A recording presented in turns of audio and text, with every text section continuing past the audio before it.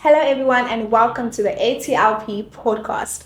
My name is Anele Kwela, and today I have the most amazing privilege, and it is an incredible honor to be able to interview Umpati Wetu, my mentor, an incredible leader, and a great guy with a great mind. Help me welcome and give a warm welcome to Utaganipo Hatere. Welcome. How does it feel to be on the other side? It's funny. It's interesting. Yes. Yeah, but yeah, we are here today. Let's do this. Let's do this. 100%.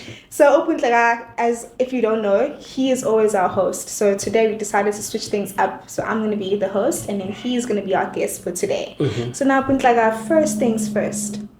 Why did you start the All Things Leadership podcast? Yes. That's a powerful question. Yes. It's because I believe that we can create a platform where we can add value to the people on the other side of the screen. Mm-hmm. Okay. I believe we can add value to the people who are on the other side of the screen. There are a lot of content creators out there, and you find a lot of them are about entertainment and news and something that doesn't add value, real value into uplifting abantu in society. So I'm a curious guy. I'm always curious about learning different things about different arts and so on and forth like that. And I had this idea of why not start a podcast? Why not create a space where we can actually empower people, not just the people that I know, but even the people that I don't see who are on the other side of the screen. So we started. Yeah. Great. And I mean, there's so much more to Untlagani Bohade that runs the podcast and that has a curious mind and a brilliant mind. Can you please just tell us and walk us through the journey of you actually starting to learn English at the age of 22, and you still to this day speak Zunglish, Sako. Yeah. So can you just please help us walk through that journey? Because how has it been? I mean, now you are one person that speaks to a whole lot of people, businessmen, like entrepreneurs, and here you are. You can be able to speak English now. So how has that journey been for you? Hey, to be exposed to English. Yes, it's English. I think it's a very interesting journey because the English I knew was my mother is cooking in the kitchen. Mm-hmm. You know, the one that we wrote a high school and stuff like that, and I couldn't hold a conversation in English. If you would speak to me in English, I would just be quiet. I wouldn't respond at all. I remember this other guy was communicating to me in English, and he is black. Yeah. I just said nothing. I had a lot to express. Yeah. And me the majority language that has been dominant in my life hasn't been really Zulu. It's been slang, because the time and the era that I grew up in, I got exposed a lot to people who had been in prison, to a lot of gangsters, So you kind of pick up the language, the street lingo. Even the older people speak it. They don't even want to be called mama. It's like oleti, iprazo, zamasha, zashaisa. All those things, they formed part of my language, and that was the normal in my world. And because I'm curious, I got an opportunity to be part of a Destiny Leadership Academy. Shout out to Destiny Leadership Academy. It was really cool to be part of Destiny Leadership Academy. And I think the funniest thing is that it was the first time seeing white people who can't speak English. Sure. There were people who were coming from the Netherlands. In the Netherlands, they speak Dutch, and there are people who are coming from Germany. And there was actually this guy who used to say, you understand why did you cause the accident? He just say, you understand. Every word that he said, he just says, you understand. But anyways, there was this friend of mine who went to a good school, a Maritzburg College. He has passion for teaching. And Mina, I'm very curious about learning new words. I remember the first word he said, he was like, a pinnacle. I was like, pinnacle, what's that? And then he broke down what is a pinnacle. I was just like, okay, that's cool. Then he'll discover a different word and then he'll make it up, you know. And then I like imitating people, you know. I can quickly pick up from the way that you speak, with what type of school you went to. So I like imitating, you know, like you can speak like a college boy, like a proper college boy. Hey, but hey, how's it say? Yeah, life is like eh? Yeah, bro. You know, and but I like imitating people. And even if I'm bad, I would be wrong to the extreme. So I like doing it proper. If I miss it, I miss it proper. Sure. You know, even if I say superficialistic, exploitatious, even if I don't understand the word, I'm gonna say it confidently. And at 22, I got exposed to speak English. I've never been perfect in speaking it, but one art I've learned is to learn the accent of different people. And I learned, Uguti, even people judge you based on the type of English that you speak. That's so true. That is really you know, there was a time when, hey guys, you know, you can go to a Makaya school and to the township school, and you know the workplace can judge you based on your English, no matter how eloquent you are and knowledgeable you are in your accent. You know, people would pick people who went to different schools. The other time I was looking for pellets. I don't know if I've told you the story. Now, I was looking for pellets. We were going to do an event at church, and I was asked to go and look for pellets. I went to different factories, and the security guard would stop me. I was so frustrated because I'd be like, hey, hello, Baba, my surname is Uhadebe, and I'd like to speak to the boss, and the security guard would just shut me down. I went to different factories, so I was just like, okay, let me put on my college accent or my faked college accents. And I went to this factory. I just looked for someone who was having lunch, not the security guard, and then I asked them who the boss is, right? And they told me that the name of the boss is Jared, and so I pretended as if I'm the person who knows who Jared is. Oh my goodness. So as I came to the gate, I switched from my slang / Zulu accent. I just said, hello, Mnumzan. Can I please come to the reception because I need to speak to Mr. Jared? And they happily opened the gates. The same person? Yeah, they happily opened the gates. So then I get to reception, and there's a certain chest out type of situation, posture that you need to walk. Yes. So as I walked into the reception, I saw the lady there, and at the reception, I said, hello, ma'am. How's that? I'm Chaga from a church, and I'd like to speak to Jared, please. And this lady was like, oh, yeah, sure, mister. And you know, she looked very, you know, then they went and looked for Jared. And this gentleman, fortunately, he was kind, to be honest. And as I came, I looked around the factory. I was like, hey, I haven't been here in a while, eh? Wow. I haven't been in a while here, and I'd like to just look around what you guys are doing, and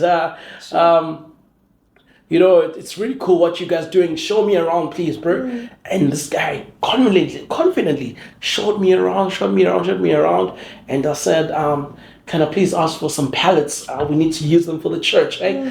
And kindly, he was very kind. He said, oh yeah, for sure. And I said, thank you so much, sir. Thanks for your time. Really appreciate it. Then as I walked out, my English data went. Depleted. It was gone. I was like, oh, of course, Just in time. Yeah, but in it's time. just a little bit sad that Yeah. people will judge you based on the Yes. accent that you present yourself, And that was one story actually. Yeah.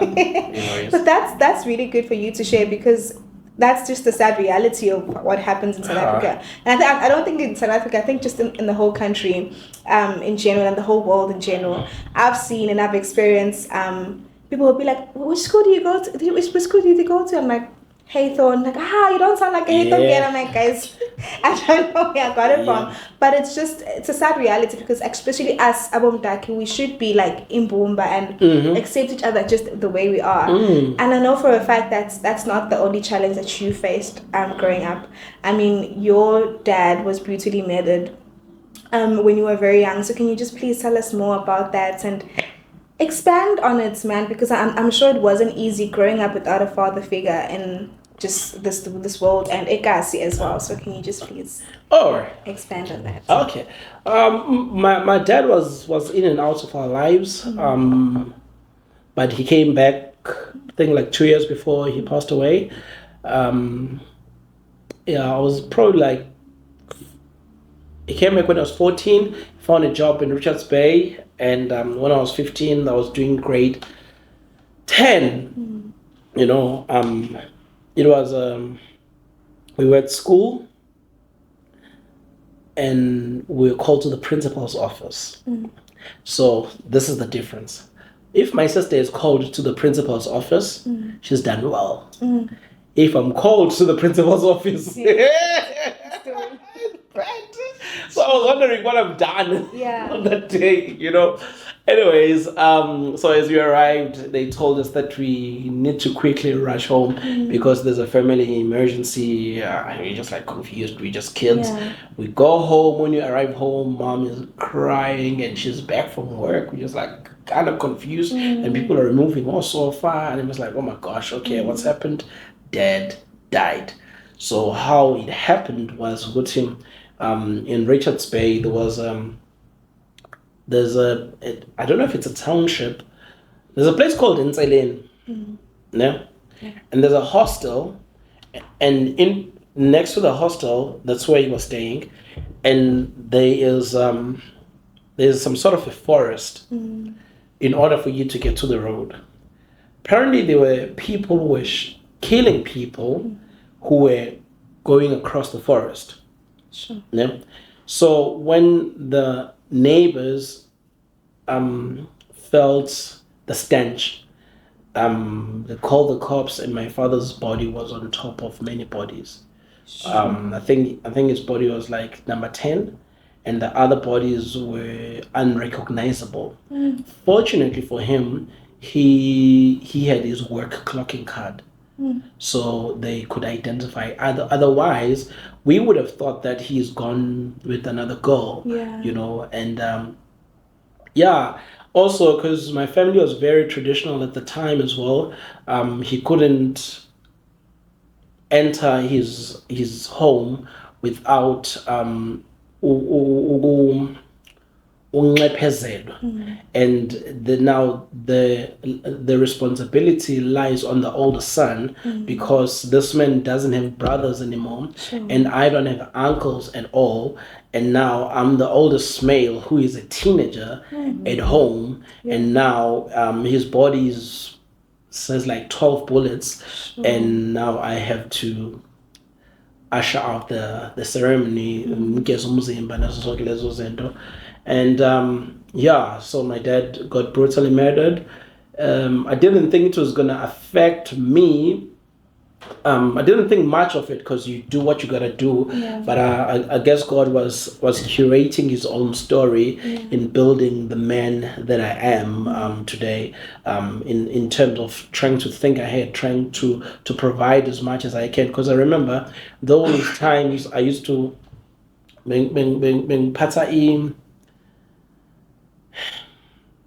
bengihamba ngoqhuba ibhala to go buy beer for a tavern owner who's gonna give me u-2 randi for ukuthi ngithenge utamatisi ekhaya. You know those guys that you come across elokishini abaqhuba amatroli. I was that guy, you know, so that we could have iklabishi or potatoes or whatever that could come together. I started being more aware in wanting to be a provider as a man, but it also did affect me in terms of groove. I think I drank a lot after my dad died. I drank a lot. I became a rebellious child. I became a rebellious child. I wouldn't want my kid to do that. I wouldn't want my kid to do that. You know, you as a alken, you know, it's so funny. The other time we would group with my friends and my mom keeps calling me midnight. I'm like, Master, say alken, there's traffic, it's midnight. Come on. Oh, that's... Oh, come on, it's midnight, bro. You know, shame by that lady. But she's worked hard to raise me up and my siblings, and she's done a great job. I think that's... Sure. Yeah. And that's why you are here, where you are right now. I don't know. Yeah. I don't know. My life hasn't worked out, not even a little bit, the way that I thought it would. You know, I'm not the kid that finished school and went to varsity. I couldn't qualify for varsity even, you know. Yeah, actually, can you please tell us more about that story? Because guys, it's such an interesting story. It's so crazy right now because we're leading people who are at university. Yeah. So my life has been filled with mercy and grace, and God has been really curating it the way He wants. You know? So after I was drinking a lot, I failed school the following year because my mom would tell me, "Ukuthi akuphasi konke." Hayi bonjalo. Akuphasi konke. Then I would leave for Groove on Friday, come back at home on Monday morning, and I'm wasted, and I'm trying my best to hide it, you know. And it was not it. Then I failed school. Then I tried to mend my life again. So that's when I stopped alcohol, actually, when I failed grade 11. Sure. You know, I was just like, I can't do this anymore. And then grade 12 was an interesting era. I think what you need to understand about the school that I went to, not a lot of people would succeed in it, because the type of people that would go into that school were the people that had been rejected by other schools because of being naughty, because the students are coming from prison, juvenile, and it's the naughty ones, you know. And I was not in the top 50 students that could have possibly passed. And unashamedly, but I was chilled about that. You know, it's like, I've arrived, I'm a tricky, right. That's all you want. I was like, that's how far I get. This is how far I've gotten. I'm Wapatama awards. I always help my sister carry her own awards. But I'm chilled, I'm okay, you know. And then, oh my Lord.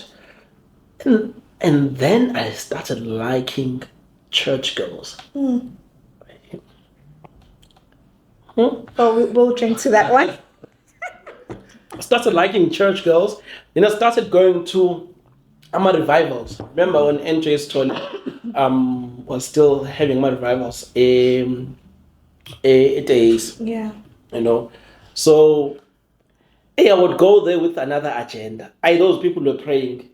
Because I would end up saying, "Yes, Lord, I need you." Salvation call, you always say. You know, even though I wasn't understanding what I was doing, but I think there was an element of that, you know. I would never accomplish my mission of finding girls in church, you know. It would just be a different environment, even though I didn't understand what those guys were doing. And the questions about school, no? Yes. We are about 120 in my matric year. And firstly, I I was shocked that I passed.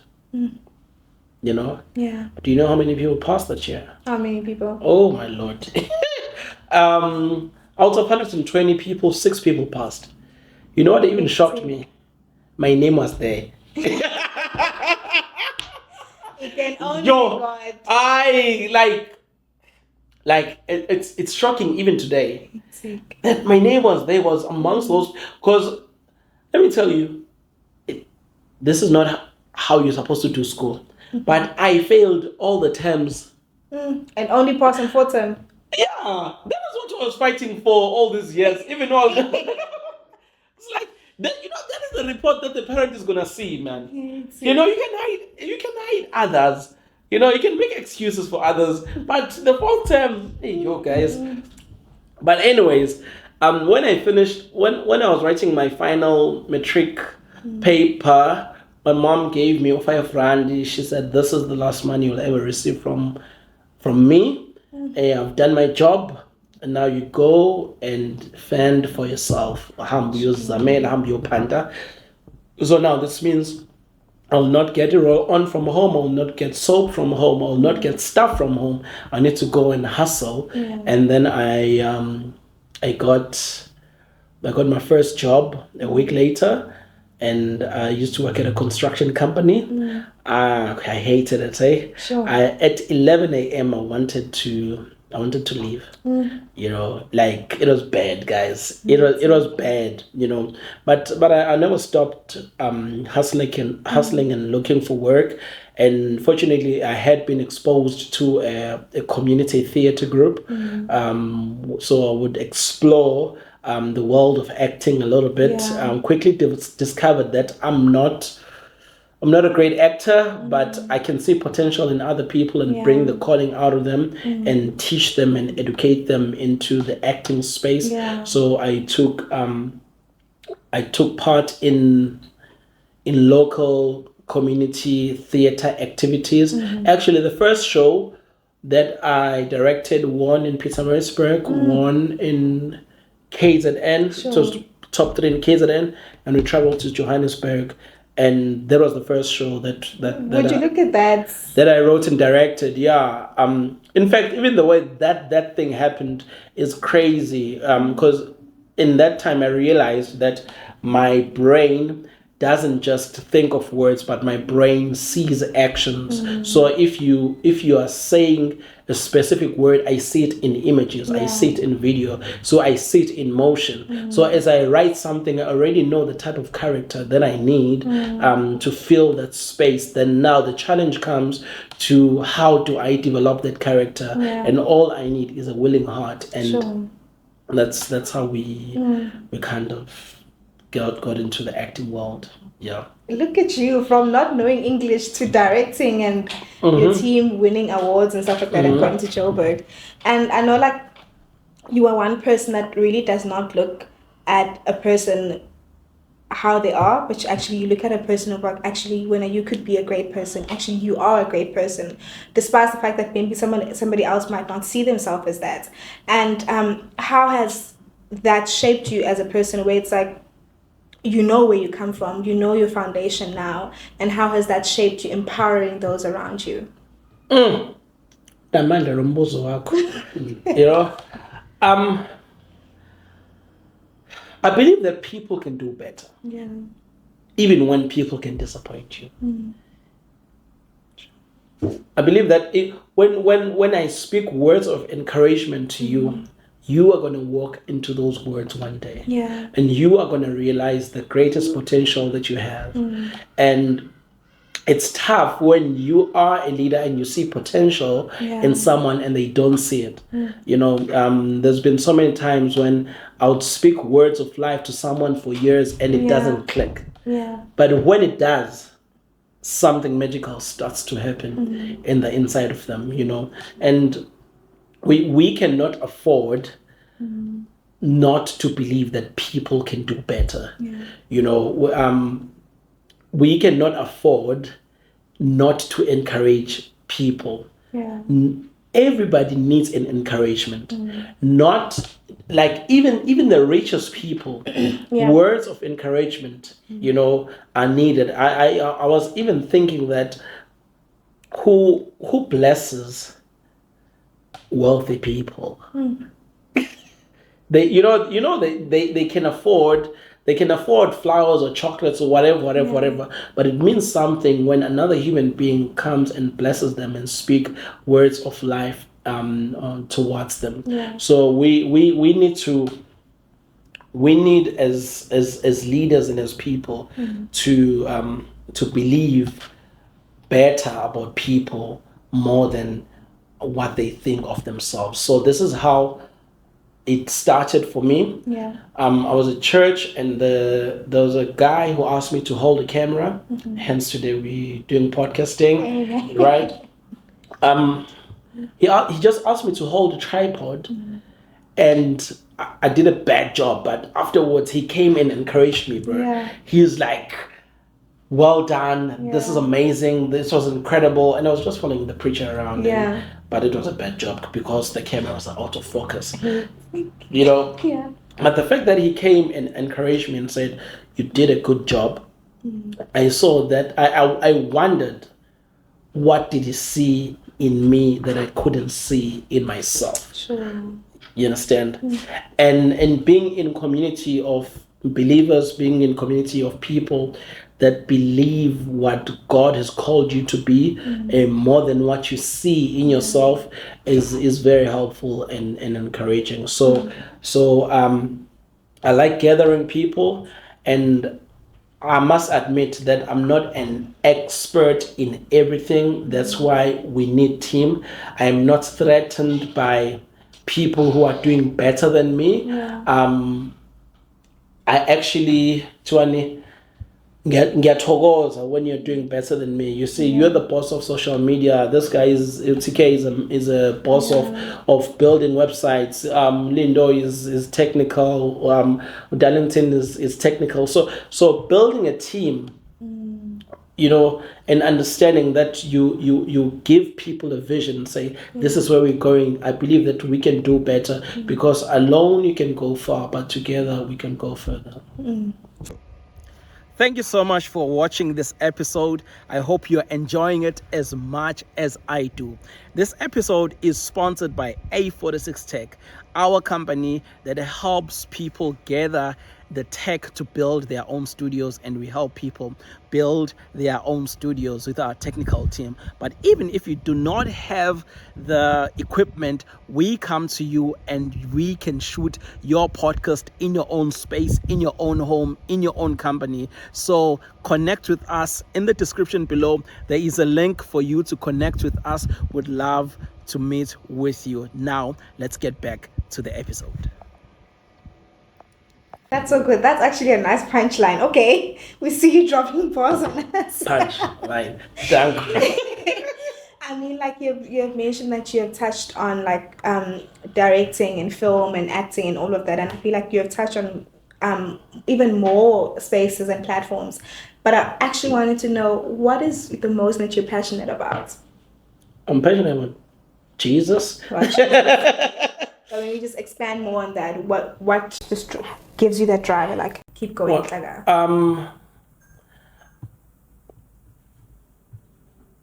What gives me the drive is knowing that I'm known by God. And if I don't spend time with God in the mornings, I will feel empty for the rest of the day. I will have no purpose. I will have no direction. I will have no clarity. I will have no creativity. You understand? And I learned this thing, that the most important thing that you can ever do in your life is to spend time with God. And you gotta fight for it. You gotta contend for it. You gotta wrestle for it, and because it's easily to it's easily to be functional than to be relational. But God didn't design us to be functional first. He designed us to be relational. I'll make an example. I was leading a team, a kids ministry team that I don't know how we got into that space. Anyways, it was a team of 30. I wasn't an expert. I didn't know anything about leading kids ministry. When I arrived, maybe like 26 people left. And one thing that I was told when the previous leader introduced me to the team, he said, raise leaders.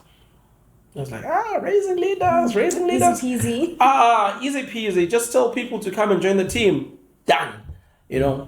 And to me, I did it wrong. You need to understand, I did it wrong. Yeah. I didn't care if you had encountered the Lord or not. I was just like, every Sunday I'm going to go out, I'm going to recruit, I'm going to tell people that you need to come and tell kids about the Lord, And my team grew to the 30, but I was losing people in as much as I was receiving people on my team. So people would spend 2-3 weeks on my team and then they would leave. And that used to bother me a lot, because when we would come to meetings, I would come to a meeting and be operational and say, okay, what's the game plan? Who's doing worship? Who's doing this curriculum? Who's doing the small group? Who's doing A, B, C, and D? Who's doing registration? It's very operational and less functional, and less relational, And so I was losing people. So remember, you're fighting to spend time with the Lord. And after 12 months, as I was spending time with the Lord, I just had this realization that Jesus spent time with his disciples before he released them. Yeah. That set me free. Jesus was hanging out with these guys. Yeah. Before he released them, say, go out, cast out demons, tell the people about the gospel. Yeah. But it was a lifestyle. Remember the first miracle that happened that Jesus did. He turned water into wine, but who was with him? Right? Now, then he took them to the next phase. When there was 5 loaves and 2 fish, he's training them, he's equipping them. But it's also it's a relational thing more than it's a functional thing. So fortunately, at that time, I was reading a book called The 5 Love Languages. I'm a tea guy. Let's have coffee. This English thing. Yeah. It's like, even if you're gonna drink water, hey, we need to have coffee, but come on. Yeah. But anyways, I'm kind of wired. Let's have a conversation. Let's have a heart-to-heart type of situation. Yeah. Let me get into your world. But the 5 love languages taught me that people receive love differently.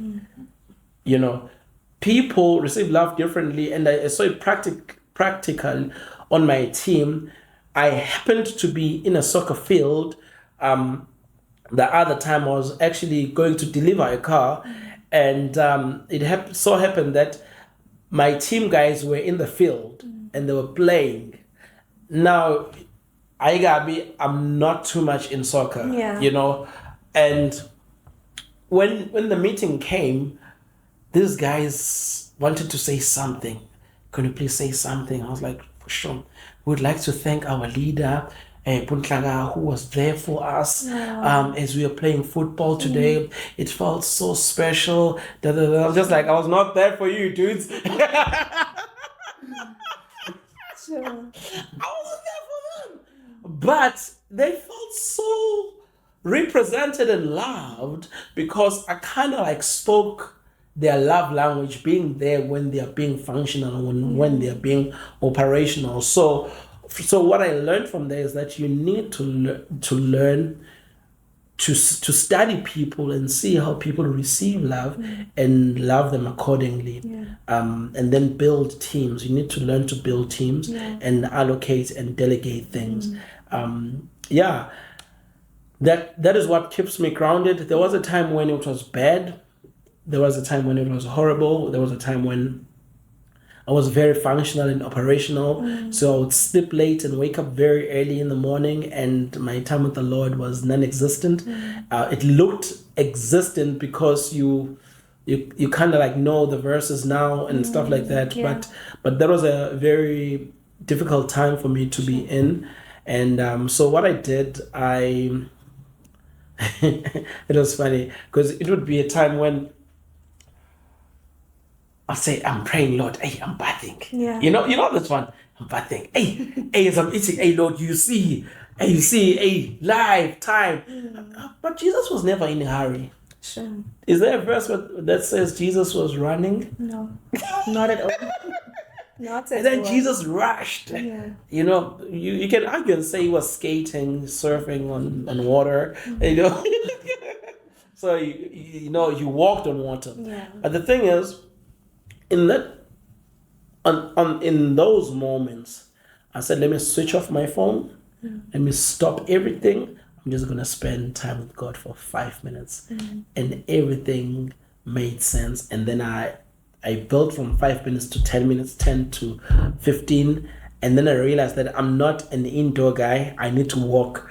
So when I'm walking, it's a crazy thing because I would come across people in the township like, hey, Jesus, I'm like, I'm cold. Oh, what are you doing? I'm like, I'm praying. They don't believe me because there's the traditional way of praying, I guess, you know. But for me, processing things and making big decisions about my life is that they really come from a place of prayer. Sure.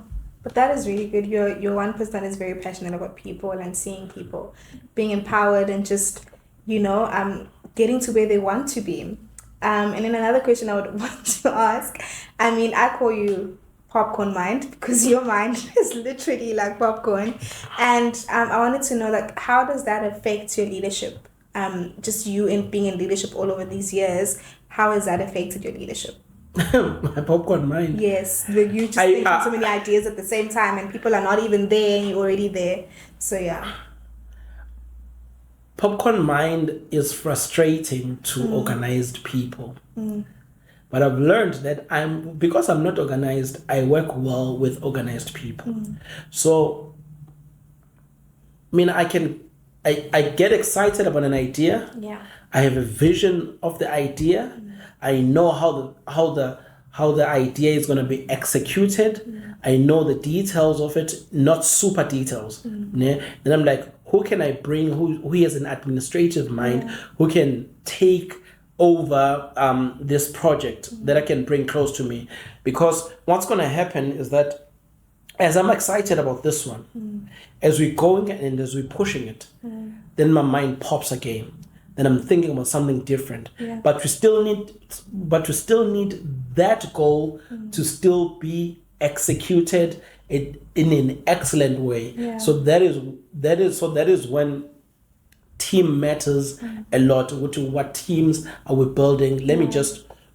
You can consult me if you need to make a massive change, but you need to feel free. I mean, I believe good, as long as you have my heart, you will do something that is in sync with my heart. This guy makes a lot of decisions that I don't know about. He just knows what I'm in agreement with, even if he hasn't told me those things. But so what makes my mind work proper is because I'm very relational. So you hold tight relationally, and you loosen people functionally, and you allow people to function and be creative in their own way and in their own will. And you need to keep the main thing. The main thing is Jesus. Keep Jesus at the center of it, and then keep the relationship of the team together and the vision of the team together, and then let people function, let people operate, let people fail fast, and we can create systems. We can create systems that we can move with, and So my mind just works like. Yeah, literally. Yeah. And I believe in not walking alone. I believe in community. I believe that you're not designed to live in isolation. You're designed to live in community. Nobody has ever been created to be an island. You know, if you look at the personality of God, it's God the Father, the Son, and the Holy Spirit, and they play different roles, you know. And so it helps. My popcorn mind has its pros and its cons. But it's important that whatever I think needs to be communicated as fast as possible, so that we can experience, is this thing going to work or is it not going to work? One of the things that I'm learning these days from the many people that I interview is, you need to learn to fail fast. You know, you need to implement and fail fast if needs be. You need to partner with the right people. Sometimes you will partner with the wrong people. Sometimes people will disappoint you. Sometimes people will burn you. Sometimes people will blame you. Sometimes people will drop the ball. But the way I deal with such situations, first of all, I go and pray, because I always lean towards what have I done wrong for this person to react this way. But we cannot afford to give up on other people, because other people before them have dropped the ball. So it has to do with a lot of forgiving and knowing that even if a person doesn't realize what they've done right now, they might later, and time will tell. I mean, like, there's been people who've left a team that I've led, and I was to blame, right? 2 or 3 years later, they come back, they say they were wrong. And I didn't argue that, you know. But you need to be kind enough to people and say, let's make fast decisions and let's fail fast, but let's build teams around it. So that's why I kind of function well with you, because you are systems people. You are a person, Jesus. That's organization, right? Because you like systems, you like order. In as much as I like order, I like to dream. I like to think about what could it be.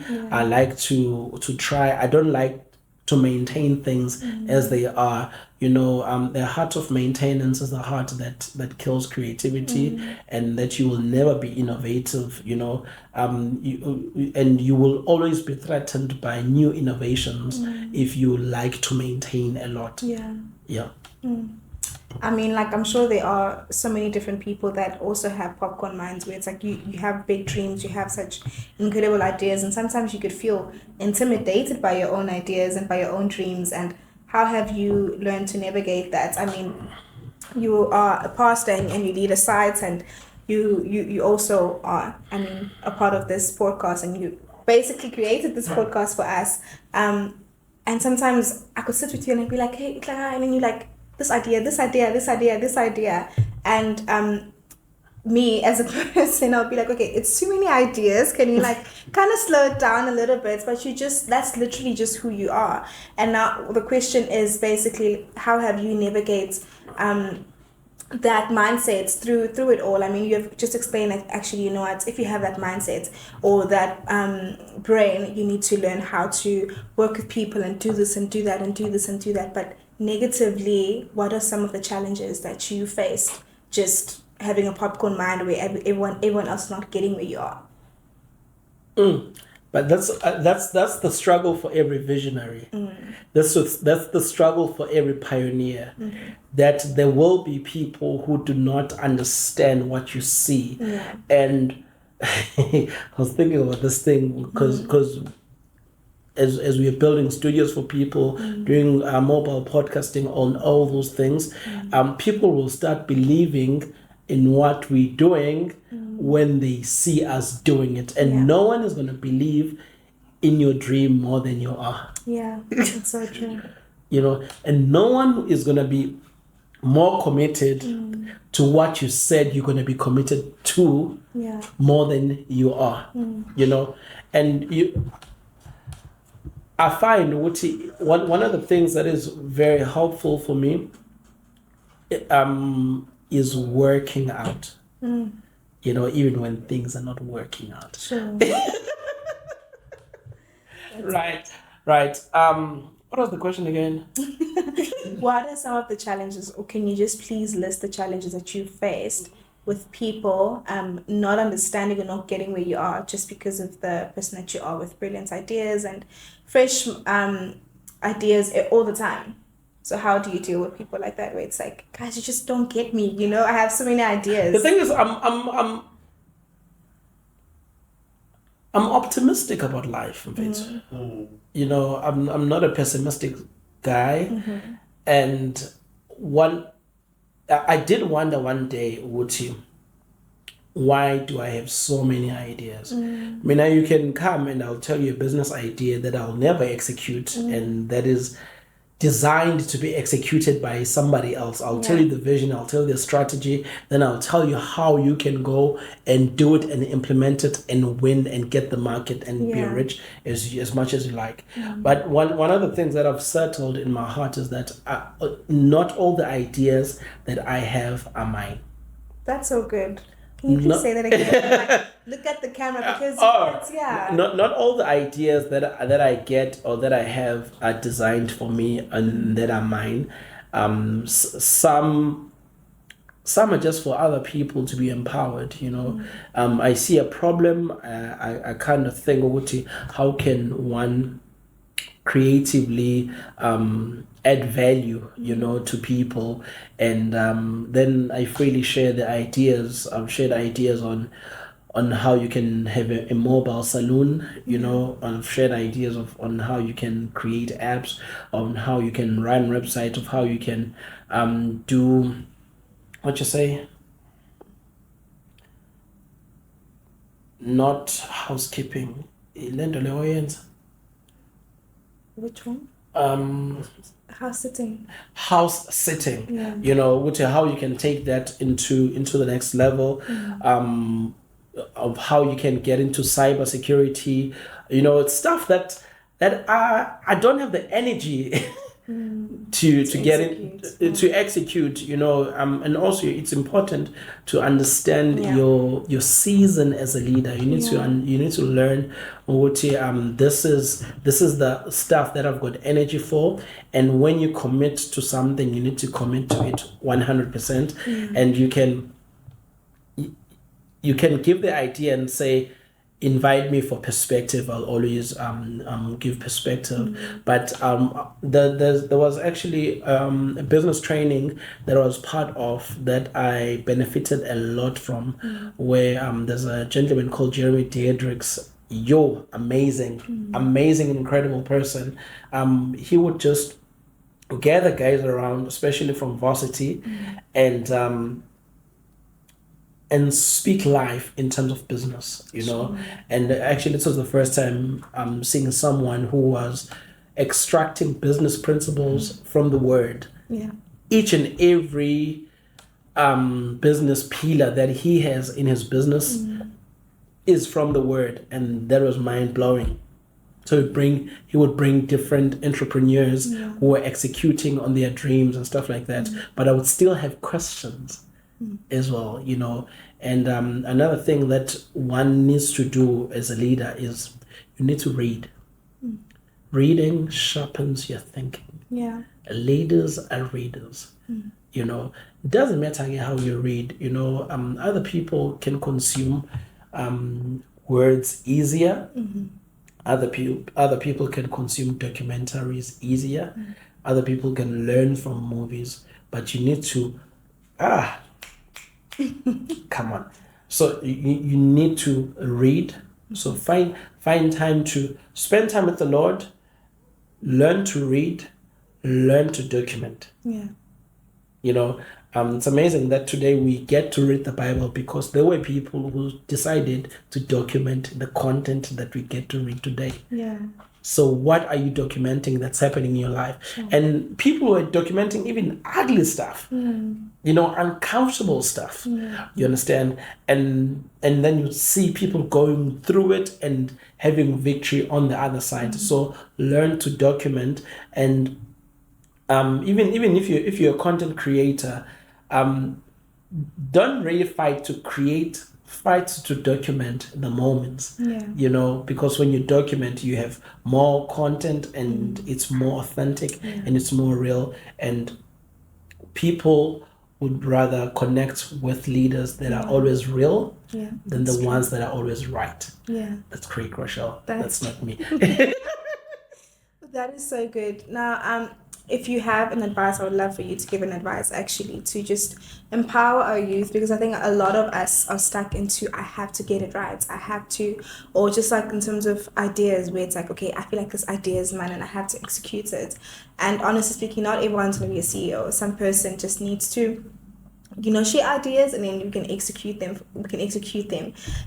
So can you please just share or give advice to anyone in our youth that is wanting to be empowered, but they're just struggling, they're like staying stagnant, like no, it's okay, I just have ideas but I don't know what to do with it. And I think you already shared some great insights on how to work with people if you have such a mindset where it's like, okay, you are full of ideas but you don't know how to do it. Now I want you to advise a person that is really just struggling to get out there and put themselves out there. Okay. The fall of man is one thing, pride. One thing is going to take you far and further. That's called humility. Yeah. And sometimes you may have, life is like a ladder, if I may put it like that, In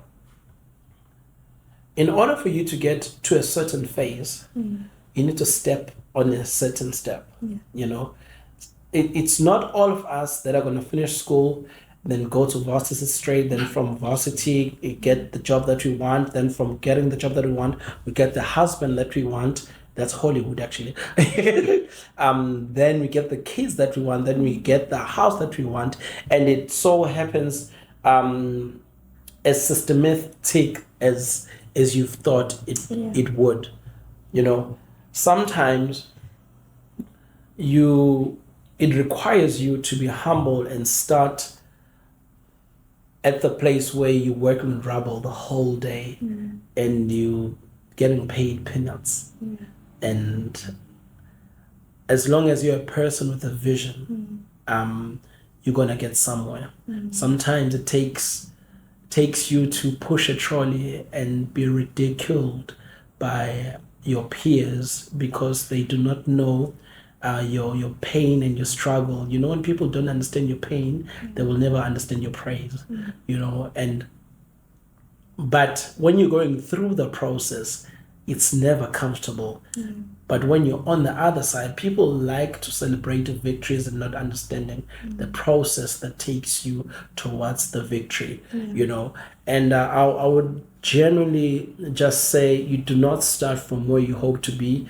You start from where you are. And that is why we started this podcast. How it started is that I had a dream to start a podcast to learn about leadership, to empower people about leadership. And I had the great idea in 2020. Oh, when was it? In 2022, I had a great idea. I had a studio in my mind. I had the great team in my mind. And I had gear, I had everything that I needed. But I'll just be honest with you and tell you how this has happened. I said I'm going to start January 2023. It never happened until 10 months later. I realized that the year is finishing and I'm not where I thought I would be. And I was like, then I had a revelation, to be honest, that says you do not start from where you hope to be, you start from where you are. Then I said, what am I going to do with what I'm thinking? I have a home, I have access to a sitting room. So I'm going to remove a couch and put that one camera there and put a phone here and start asking people questions, because what matters right now is the value that the other person who's on the other side of the screen is going to get. So you don't start from where you hope to be, you start from where you are. Then I had another one that says a seed remains a seed until it's planted. A dream remains a dream until it's acted upon. Right? So you do not start perfect. Nobody starts perfect. You start from where you are. What are some of the opportunities that you're neglecting right now? What are some of the opportunities that you see on the internet today? What do you see? Learn something, empower yourself, and then partner up with people. It's not everyone who's out there to get you. Yeah. It's not everyone who's out there to get your millions and stuff like that. Let's build together. Let us partner together. If you look at how many shares that Bill Gates owns at Microsoft, it's not so many shares, but he has partnered with people to make a multi-billion-dollar company. If you look at Amazon, you see what Jeff Bezos doesn't have a lot of shares in the company, but he has partnered up with people to make his dream come true. So partnering with people shouldn't threaten you. Why are we insecure about partnering with people? You know what kills us is not being clear from the beginning of what are we in for. Sure, that's good. We need that info for your own info. You just had to do it. Yeah, like insecurities, they kill us a lot, and we need to have this brutal conversation from the beginning. Eti, what do we do when money comes in? Because this is the very reason that you see, the very thing that you see with an artist. Then they say all of a sudden this producer has robbed me because they didn't sign things from the beginning as I was starting the agreement. Secondly, volunteering doesn't kill anyone, but it empowers you. It upskills you. I've volunteered giving old grannies bread. Actually, your granny was one of those mamas. In Lokshini, once a week, 3 times a week, would go there and to this community care center and serve old people bread. There was a time when municipality was striking, and we decided we're gonna organize our own truck and we're gonna pick up rubbish in the township. That's not a comfortable thing, but we did. You understand?